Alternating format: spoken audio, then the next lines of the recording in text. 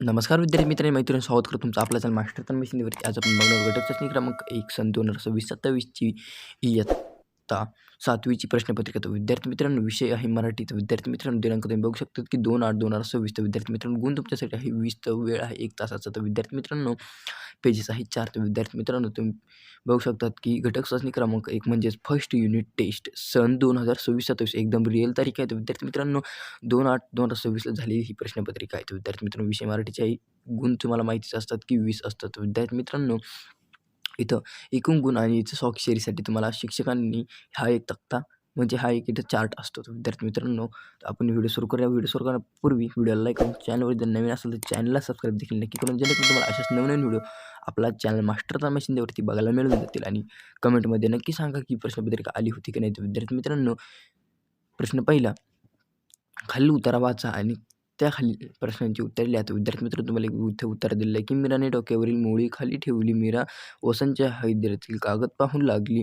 तर विद्यार्थी मित्रांनो, तुम्हाला लगेचच कळतो हा पहिली ओळ वाचल्यास हा धडा हा उतारा कोणत्या धड्यामधील आहे. तर विद्यार्थी मित्रांनो, तुम्हाला सांगण्याची गरज नाही की कोणत्या धड्यामधील उतारा आहे. तुम्हाला आपोआप कळून जाईल की कोणत्या धड्यामधील उतारा आहे. तर विद्यार्थी मित्रांनो, या उताराखाली तुम्हाला काही प्रश्न विचारलेले आहेत. तर प्रश्न जे आहे ते आपण बघूया. तर विद्यार्थी मित्रांनो, प्रश्न आहे एक, संस्कृतमधील वाक्य कोणतं ते लिहा. तर विद्यार्थी मित्रांनो, याच्यामध्ये एक संस्कृतमधील वाक्य विचारलं आहे. ते कोणतं आहे ते लिहायचं. 1 मार्कासाठी लिहायचं. त्याच्यानंतर विद्यार्थी मित्रांनो, खाली 2 तमसमा ज्योतिर्मकम्स याचा अर्थ स्पष्ट करा. तर विद्यार्थी मित्रांनो, याचा तुम्हाला अर्थ जो आहे तो स्पष्ट करायचा आहे. 2 मार्कांसाठी तुम्हाला याचा अर्थ स्पष्ट करायचा आहे. तर विद्यार्थी मित्रांनो, 1 मार्कासाठी वरचा आणि 2 मार्कासाठी खालचा हा तुम्हाला प्रश्न विचारलेला आहे. तर विद्यार्थी मित्रांनो, त्याच्यानंतर खाली 3, वसंतचं शिक्षण कोणी तोडलं व का ते तुमच्या शब्दात लिहा. तर विद्यार्थी मित्रांनो, वसंतचं शिक्षक कोणी तोडलं व का बरं तोडलं ते तुमच्या शब्दात तुम्हाला लिहायचं आहे. उत्तर वाचूनच तुम्हाला तुमच्या शब्दात मत मांडायचं आहे की या व्यक्तीने तोडलं आणि ह्या कारणामुळे तोडलं, असं तुम्हाला 2 मार्कासाठी याचं उत्तर लिहायचं आहे. तर विद्यार्थी मित्रांनो, त्याच्यानंतर खाली प्रश्न 3, खालील कविता वाचून त्याखालील प्रश्नांची उत्तरे लिहा.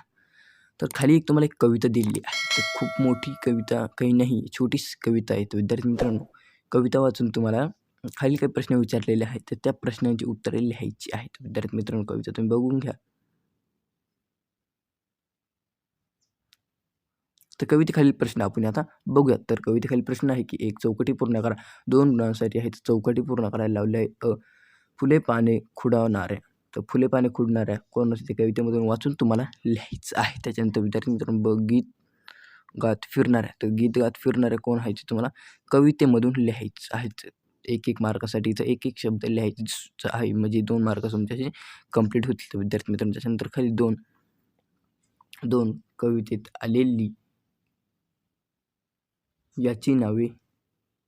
तर विद्यार्थी मित्रांनो, कवितेत आलेली याची नावे म्हणजे प्राण्यांची नावे काय होती कवितेत आलेली, पक्ष्यांची नावे काय होती कवितेत आलेली, आणि फुलांची नावे काय होती कवितेत आलेली. कवितेत आलेली याची नावे म्हणजेच प्राण्यांची नावे काय होती, पक्ष्यांची नावे काय होती आणि फुलांची नावे काय होती, तुम्हाला 2 मार्कांसाठी लिहायचं आहे. प्राणी, पक्षी आणि फुलांची नावे. तर विद्यार्थी मित्रांनो, त्यानंतर खाली विद्यार्थी मित्रांनो 3, सुसासिनी कोठे जात आहे. तर विद्यार्थी मित्रांनो, सुसासिनी कुठे जात आहे तुम्हाला 1 मार्कासाठी ते लिहायचं म्हणजे सुसासिनी कुठे जात आहे. तर विद्यार्थी मित्रांनो, वरील कवितेमध्ये तुम्हाला सुसासिनी सांगितलेले असेल ते कुठे जात आहे तुम्हाला 1 मार्कासाठी ते लिहायचं. त्यानंतर विद्यार्थी मित्रांनो, खाली प्रश्न 3, समानार्थी शब्द लिहा. तर विद्यार्थी मित्रांनो, 1 आकाश, 2 पृथ्वीचा, या दोघांचे समानार्थी शब्द तुम्हाला लिहायचे आहे. आकाशचा आणि पृथ्वीचा तो असणारे 2 मार्कांसाठी. त्याच्यानंतर विद्यार्थी मित्रांनो, खाली स्त्रीलिंग रूपे लिहा. तर स्त्रीलिंगी रूपात तुम्हाला लिहायची गोप आणि मोर. गोप आणि मोर ते दोनांचे पण स्त्रीलिंग रूप तुम्हाला लिहायचे आहे. 2 मार्कांसाठी हे 2 स्त्रीलिंगी रूप तुम्हाला लिहायचं आहे. त्याच्यानंतर विद्यार्थी मित्रांनो, गटातनं बसणारा शब्द ओळखून लिहा. 1 श्रीमंत, धनवान, गरीब, लखपती. तर गटातनं बसणारा शब्द तुम्हाला ओळखून लिहायचा 1 मार्कासाठी, तर जो आहे गरीब. तर विद्यार्थी मित्रांनो, म्हणजे श्रीमंत, धनवान आणि लखपती हे एकच शब्द झाले. त्याच्यात गरीब हा वेगळा शब्द आहे. तर हा गरीब शब्द गटात बसणार नाही.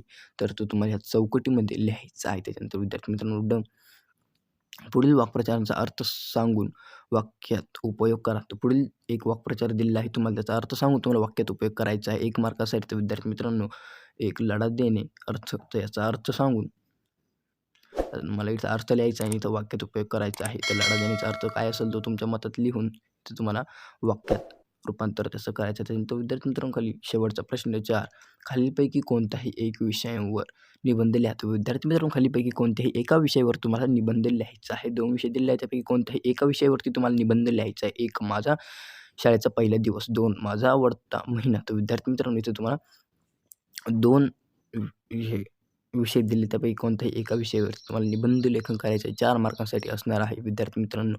त्यासाठी तुम्हाला खालील काही जागा दिलेली आहेत. विद्यार्थी मित्रांनो 4 मार्कासाठी तुम्हाला हे निबंध लेखन करायचं आहे. तर विद्यार्थी मित्रांनो व्हिडिओ आवडेल तर व्हिडिओला लाईक करून चॅनलवर जर नवीन असेल तर चॅनल सबस्क्राईब नक्की करून जेणेकरून तुम्हाला असे नवनवीन व्हिडिओ आपल्या चॅनल मास्टर बघायला मिळून जातील.